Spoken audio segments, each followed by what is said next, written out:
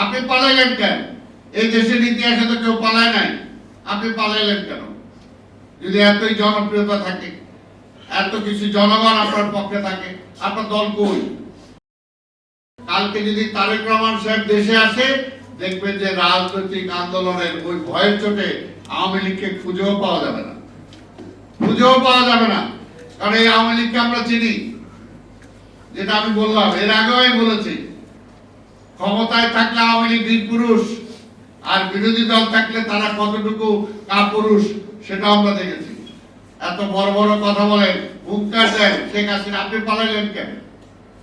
আপনি পালাইলেন কেন? এই দেশের ইতিহাসে তো কেউ পালায় নাই, আপনি পালাইলেন কেন? যদি এতই জনপ্রিয়তা থাকে, এত কিছু জনগণ আপনার পক্ষে থাকে, আপনার দল কই? আপনার দল কই? আপনি আগে বলতেন বিএনপি নাই, তারেক রহমান আসতে পারবে না, তার মামলা, খালেদা জিয়া আসতে পারবে না, তার মামলা। এখন আবার আপনি আসতে চান কেন? আপনি তো আসবেন অবশ্যই, কিন্তু আসবেন একজন প্রিজনার হিসাবে, একজন হত্যাকারী হিসাবে বিচারের মুখোমুখি হওয়ার জন্য আপনাকে আসতে হবে। এখনো স্বপ্ন দেখেন বাংলাদেশের প্রধানমন্ত্রী, বাহ বাহ, মানে প্রধানমন্ত্রীর চেয়ারে বসে এত আরামায়েশ করছেন, এত লুটপাট করছেন, ওটা ভুলতে পারে না, ওটা ভুলতে পারে না। এই গণভবন সেই সময় এর আগের বার 1 টাকা দিয়ে লেখাই দিছিলেন, আবার গণভবন নিজের রাজত্ব পারিবারিক সম্পদ হিসাবে ব্যবহার করেছিলেন। এই কারণেই তো জনগণের আক্রোশ।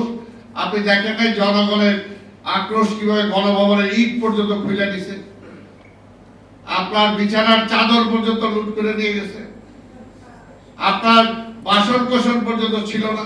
এটা জনগণের আক্রোশ।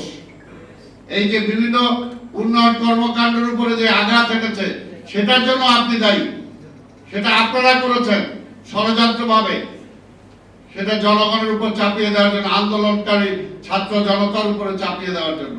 কিন্তু তারপরে জনরোষ ছিল, কারণ উন্নয়নকে আর গণতন্ত্রকে আপনি মুখোমুখি দাঁড় করিয়েছিলেন।